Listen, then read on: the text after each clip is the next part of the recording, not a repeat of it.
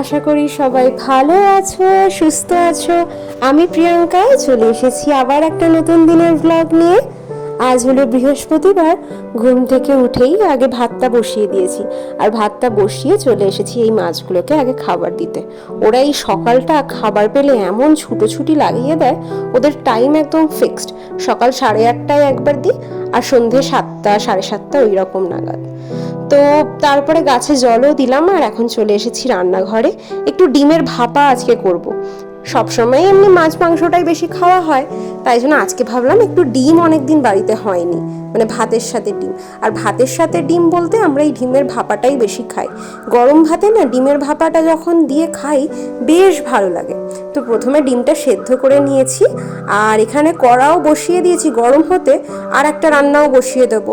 আর কালকে একটা রান্না করে রেখে দিয়েছি রাত্রেবেলা। আমি এরকমও করি, মানে ওই যদি ধরো 3টে রান্না করি, তাহলে একটা রান্না রাত্রেবেলা করে রেখে দিই, আর হয়তো 2টো রান্না সকালবেলা করি। তাহলে কি হয়, জিনিসটা অনেক তাড়াতাড়ি হয়ে যায়।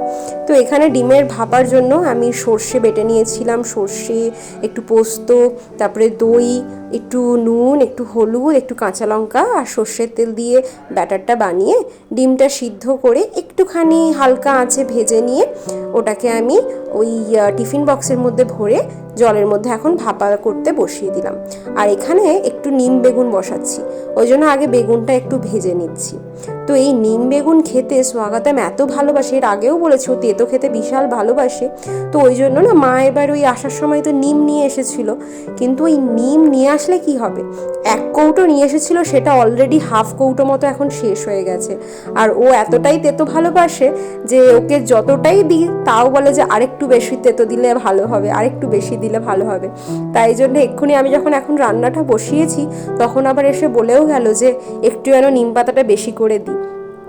তো ওই একটুখানি মা যেরকমভাবে বলেছিল সেরকমভাবেই একটু জিরে ফোড়ন, শুকনো লঙ্কা দিয়ে পেঁয়াজটা দিয়ে একটু ভাজা ভাজা করে নিলাম। তারপরে একটু নিমটা দিয়ে, নিমটা যেই একটু ভাজা ভাজা হয়ে গেল, তারপরে ভেজে রাখা বেগুনগুলো ওর মধ্যে দিয়ে মিক্স করে নেব। ভেজে রাখা বলতে ওই হালকা আঁচে, সিমি আঁচে, মানে সেকে সেকে আমি বেগুনটাকে ভাজি, যাতে কিনা বেশি তেলটা না যায়। একটু সময় লাগে কম তেল দিয়ে রান্না করলে, কিন্তু তাতে কি হয়, তেলটা অতটাও খাওয়া হয় না। তো চলো, এখানে নিম বেগুনটা করে নিয়েছি। পেঁয়াজ ছাড়াও করা যায়, আবার পেঁয়াজ দিলে একটু বেশি খেতে ভালো লাগে। তো এখানে ওর লাঞ্চ বক্স একদম রেডি। আজ ওকে লাঞ্চে দিয়েছি ভাত, তার সাথে নিম বেগুন, তার সাথে আলু পোস্ত আর ডিমের ভাপা। আলু পোস্তটা কাল রাত্রেই করে রেখে দিয়েছিলাম। ওই একটু করে 1-2টো রান্না রাত্রেবেলা করে রেখে দিলে না সকালবেলায় বেশ সুবিধা হয়, কেন এখানে যা ঠান্ডা, সকালবেলা ঘুমই ভাঙতে চায় না। তারপরে তরকারিগুলো গরম করে দিয়ে দিই। তো আজকে ওর ব্রেকফাস্টে দিচ্ছি দুধ কর্নফ্লেক্স, তাই জন্য দুধটা আগে জাল দিয়ে নিলাম, আর দুধ, কর্নফ্লেক্স আর কলা দিয়েছি ব্রেকফাস্টে। খাবার দাবার খেয়ে ও চলে গেল অফিস। তারপরে আমি ঘরের যে টুকিটাকি কাজগুলো থাকে, যেরকম ডাস্টিং করা, কিচেনের কিছু কাজ, সেগুলো সব আগে শেষ করে নিলাম। দিয়ে এখন এসেছি নিজের জন্য একটু কফি বানাতে। আজকে তো বৃহস্পতিবার, তাই জন্য এখন ব্রেকফাস্টের কোনো বালাই নেই, তাই জন্য ভাবলাম একটু কফি করি। কেন ওই বাইরে একটু বারান্দায় গিয়ে দাঁড়িয়েছিলাম, এত ঠান্ডা হাওয়া দিচ্ছে, সে বেশিক্ষণ দাঁড়ানোই গেল না। তো তখনই মনটা করে উঠলো যদি একটু গরম গরম কফি খাওয়া যায় তাহলে বেশ হয়। আর আমার তো মানে কফি একটু বেশি দুধ দিয়ে খেতে ভালোই লাগে, তাই জন্য একটু বেশি দুধ দিয়ে একদম স্ট্রং একটা কফি বানিয়ে নিলাম। চলো এবারে কফিটা নিয়ে গিয়ে একদম অফিসের কাজে বসি। অলরেডি 9:45 মতো বাজে, 9:30টার সময় লগ ইন করে নিয়েছি। তারপরে উঠে স্নান করে আবার লাঞ্চ করব।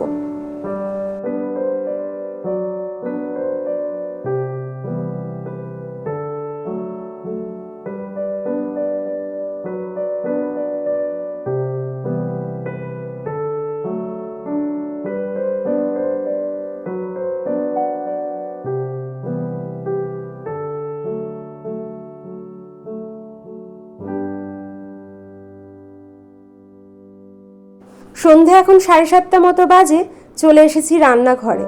অফিসের কাজ যদিও শেষ হয়নি, অফিসের কাজের মাঝখানেই একটু টুক করে চলে এলাম রাতের তরকারিটা বসিয়ে দিতে। আসলে আজকে একটু না হিমাদ্রি ইন্দিরার বাড়ি যাব, তো সেই জন্য ভাবলাম যদি তরকারিটা করা থাকে, রাত্রে ওদের বাড়ি থেকে এসে 2-4টে রুটি করে নিলেই হয়ে যাবে। ওই 2-4টে মানে আমি 2টো, ও 3টে বা 4টে, আমাদের ওই রোজ 5টা বা 6টা করে রুটি করতে হয়। তো তরকারিটা যদি করা থাকে তাহলে একটা সুবিধাই হয়। আর আজকে করছি বেশি কিছু না, ওই পেঁপে আলুর তরকারি করছি, একদম সিম্পল রান্না করছি। কারণ এই কদিন খুব খাওয়া হয়ে গেছে তো বাইরে, তাই জন্য দুজনেই ঠিক করেছি একটু সিম্পল এই কদিন খাবো, কেননা খুব বাইরের খাবার খাওয়া হয়ে গেছে। তো এখানে আমি মোটামুটি পেঁপে আলু তরকারিটা কষিয়ে নিচ্ছি, তারপরে জলটা ঢেলে দিয়ে একটু অফিসের কাজে বসবো, কেননা কাজটা একটু বাকি রয়েছে। আর ও এখনো অন দ্য ওয়ে আছে, ও এলেই ফ্রেশ হয়ে তারপরে দুজন মিলে বেরোবো ওদের বাড়ি। তো এইখানে আমি পেঁপে আলু তরকারিটা একদম নিরামিষ তরকারি করছি, ওই জিরে আদা বাটা এইসব দিয়ে। এটা না খেতে বেশ ভালো হয়, বেশ একটু টমেটো দিলেও ভাল লাগে। আমি আর টমেটোটা দিলাম না, এমনি শুধু জিরে আদা বাটা কাঁচা লঙ্কা দিয়ে করে নিয়েছি। তো ও অফিস থেকে আসার পরে ও ফ্রেশ হলো, ফ্রেশ হয়ে একটু চা খেলো, চা খেয়ে এখন বেরিয়ে পড়েছি। অ্যাকচুয়ালি হিমাদ্রির বার্থডেতে যে জামাটা দিয়েছিলাম না, ওটা ওর ছোট হয়ে গেছিলো, এক্সেল নিলে ভালো হতো, আমরা এল নিয়েছিলাম। তো এখন ওই জন্য চলে এসেছি। কদিন ধরেই আসবো আসবো করছি, কিন্তু তারপরে বন্ধুরা এলো, ওই মাঝখানে আর কিছুই করে ওঠা হয়নি। তাই আজকে ভাবলাম যে না, দোকানে গিয়ে আগে জামাটা চেঞ্জ করে আসি। 10 দিন মতো হয়ে গেল, এবারে তো চেঞ্জ করবে কিনাও সন্দেহ। তো যাই হোক, লাস্টে যে জামাটা দেখলাম ওটাই বেশ হালকা রং ছিল, ওটা বেশ পছন্দও হলো আমাদের। আর ওই এক্সট্রা লার্জ সাইজে নিয়ে নিয়েছি। তো এখন চলে এসেছি ওদের বাড়িতে। ওদের বাড়িতে এই সিঁড়ি চড়তে গেলে এত কষ্ট হয়। আসলে এখন আমাদের কি হয়েছে, ওই লিফটে চড়ে চড়ে সিঁড়িতে চড়তে ভীষণ কষ্ট হয়। আর আমার আবার সিঁড়িতে নামতে ভাল লাগে, কিন্তু উঠতে আমার ভীষণ কষ্ট হয়।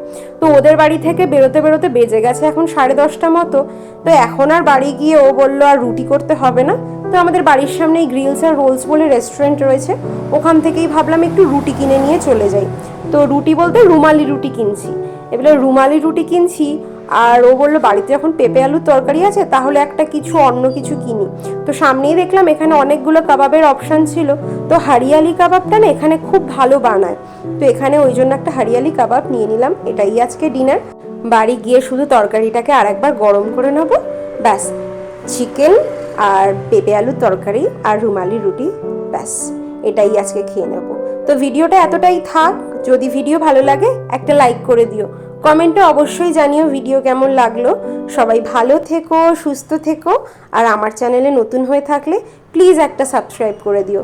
ফেসবুকে দেখে থাকলে পেজটাকে ফলো করে নিও। দেখা হবে খুব শিগগিরই। Thank you.